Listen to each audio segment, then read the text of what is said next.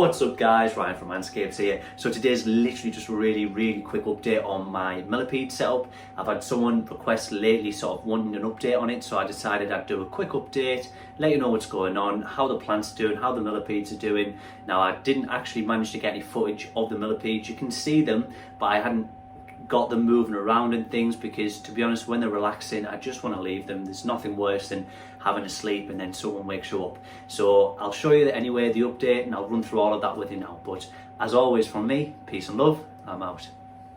Right, so you'll have to excuse those wires. I'm in the process of moving things around. So either way, pile of palms, they're doing awesome. The only thing is limited because I normally have a lid on this, so they can only force up to there. So whenever I take the lid off, they all sort of pop back up again. And you know, they do appreciate that, I think. But either way, you know, these were slightly too big for the build. But I did just really like the look of them, and you know, they've actually just done really well. Here, Moss doing awesome. Ficus pumilus doing really well. It actually started going under this way at first, and then ended up sorting its brain out and going out this way. And this one's got more out over here.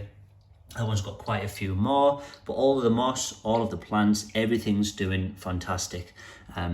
Even, you know, the sort of moss on here, which gets knocked off all the time, as they're climbing, they always tend to knock it off. But even if I touch it there, you can see that, you know, how much it moves. But you can see how lush green it is. And reason being is just I added a lot of sphagnum moss underneath there, as you can see. So for me, it stays moist enough, it retains the moisture. That's exactly what I need it for.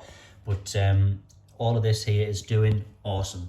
And you know, then plants will be a lot bigger and a lot tidier there. So if you look there, see how that's squashed in there. So it's just limited to size, and that's one mistake I made. Maybe you should have got some smaller plants, who knows. But either way, you know, they're still bushy, strong, happy, and you know, they're not getting yellow leaves, all that sort of thing. So they are really healthy plants.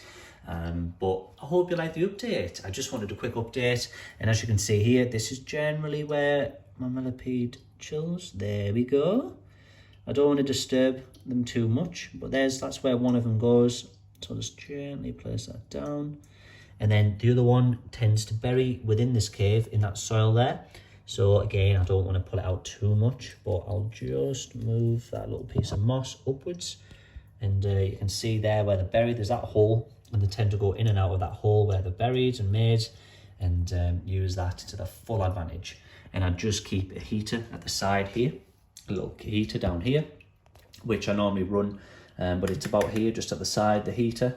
So absolutely perfect for when I need it. And food, I rotate. So calci dust or calci pots, I put these in every, say, 4 days to a week.